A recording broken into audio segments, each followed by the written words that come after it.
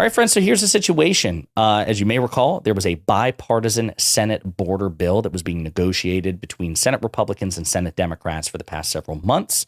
The primary Republican negotiator on it is James Lankford, a very conservative Republican, a guy who is very hawkish on the border and who was endorsed by Donald Trump during his most recent election precisely for that reason. And after months of negotiating in good faith in which Democrats were, quite frankly, willing to give the farm away effectively to Republicans, Donald Trump feared that he would lose a wedge issue before the election and said, basically, kill it. We don't want to solve this existential crisis as Republicans tried to spin it. We don't want to solve it before the election because we want to use it as a cudgel. So it never made it past the Senate. The House vowed to kill it anyway. And in response, President Biden said, listen, I'm going to make a big deal out of this. I'm going to make sure the American people know that you all are responsible for it. And the jury is still out as to whether or not this is going to happen. But prominent right-wing commentators like Brit Hume of Fox News is actually starting to panic about this. So I want to play several clips and unpack all this together. I think the Republicans, in the meantime, however, are in danger of losing the advantage they have vis-a-vis Biden on the issue of the border and on the issue of Ukraine funding, Israel funding, funding to defend Taiwan, because they are refusing to act on these measures that would deal with that. Also on the issue of rebuilding America's defenses. So I think that that snapshot that those polling numbers you cited represent may be temporary and are likely to be temporary, in fact, and that the Republicans think of what the Republicans are doing, for example, Kevin, on the border issue. They said that they wouldn't pass aid to Ukraine and other places unless there was action on the border.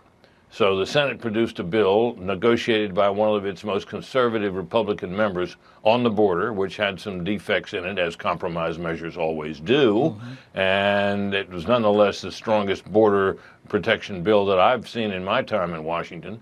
And the House simply announced it was not going to take it up, so it failed even in the Senate.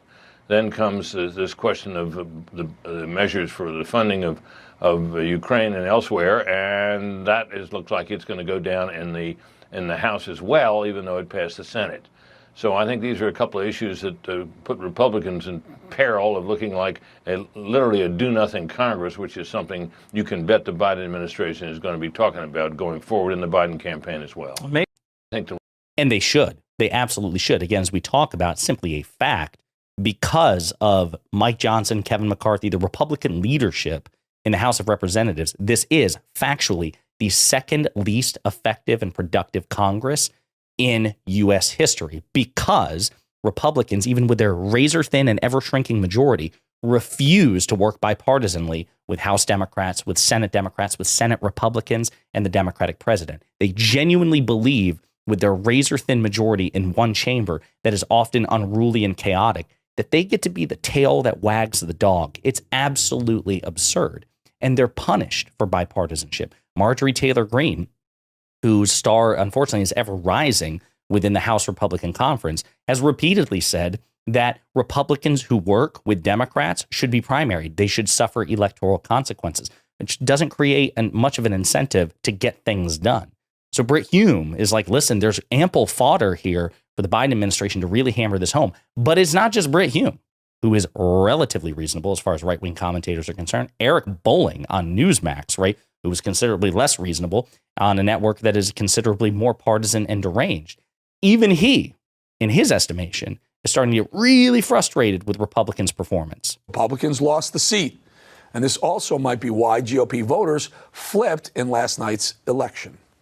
I talked to two voters today who voted for Donald Trump in 2016, turned around and voted for the Democrats in this race, voted for Tom Suozzi because they said his message on bipartisanship and the fact that House Republicans have really struggled to pass legislation over the last couple of weeks impacted the way they were looking at this race. Republicans can't govern. The New York voters claim they have a point. Look at our southern border disaster and foreign aid funding completely off the charts recently. Americans are fed up with Republicans, not for political reasons, but because they cannot govern.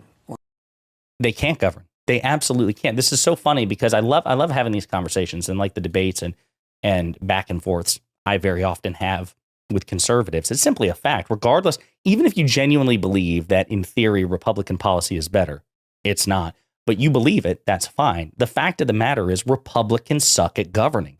Democrats are objectively better deal makers, administrators, negotiators, executors of policy, legislators. They're just better. Republicans cannot factually run a lemonade stand. They're just not. They suck at it. And why is that so surprising to people? The entire ethos of the Republican Party is government sucks. So they're incentivized to make sure government doesn't work because that's the entire platform. Government sucks. I mean, it's a wonderful racket they have. They say government sucks. They help contribute to government breaking or not being able to be fixed. Then they point to that and say, hey, I told you government sucks. Also, please reelect me. And then they get reelected and the cycle repeats. And Democrats, on the other hand, it's like constantly dealing with a bunch of cats knocking stuff off the counter. And as you're trying to clean up, the cat knocks something else. It's like, it's an untenable situation. But the fact of the matter shows, and it's clearly reflected in the facts, Republicans can't govern. Even Eric Bolling is fed up with it. But it's not just Eric Bolling. Kellyanne Conway, right, who used to work for Donald Trump as one of his senior advisors. She is the master. She is a washing machine on spin. She spins so well. Even she had to give it up to Democrats, and much like Eric Bolling just did, with regards to the 3rd Congressional District in New York, that special election that was held the other day, in a seat that was previously occupied by Republicans.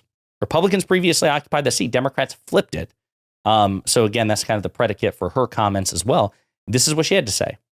Swazi, instead of lying like every other Democrat seems to be doing these days, Mayorkas is doing a great job. There's no crisis at the border. The borders are, Kamala's wonderful. Biden's right.